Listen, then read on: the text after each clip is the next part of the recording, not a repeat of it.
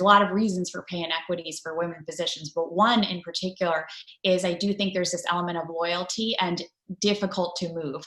Many women physicians are married to male physicians like myself. And so it's not like I can, easily, interview for a chairman position and be credible as a candidate, knowing that they know my husband and he's not interviewing, right? So that is the challenge. And just the way gender dynamics play, there's usually a lead and a trail,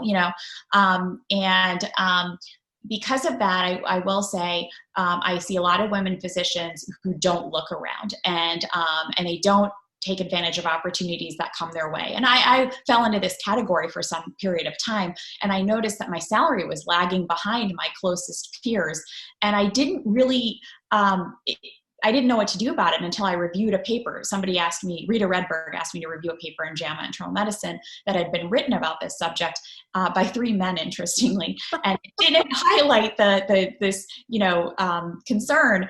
The paper was well done, methodologically, rigorously well done, but the discussion was lacking because it just said women need to negotiate more.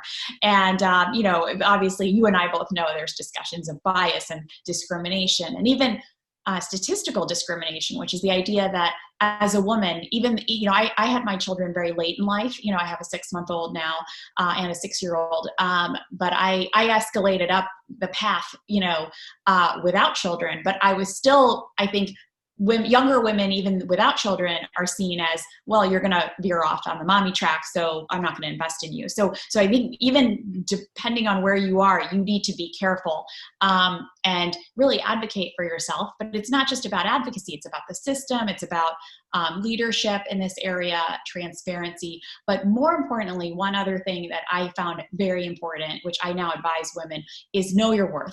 Look for the job. Even if you're not ready to move, I've interviewed for jobs that I thought were way out of my league recently, and I didn't get the job, but I learned a ton, and it helped me perfect my pitch.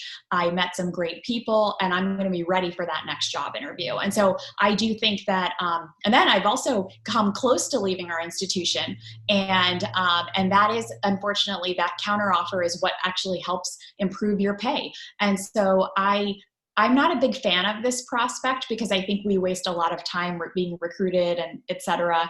And then, so one of the things I proposed to institutions is a loyalty bonus. Like you could save a lot of money, and help women and men who don't interview and don't look around, but actually escalate up the path. And so thinking about system fixes is just thinking differently and like rewarding people who are those loyal citizens as opposed to the people that move all around.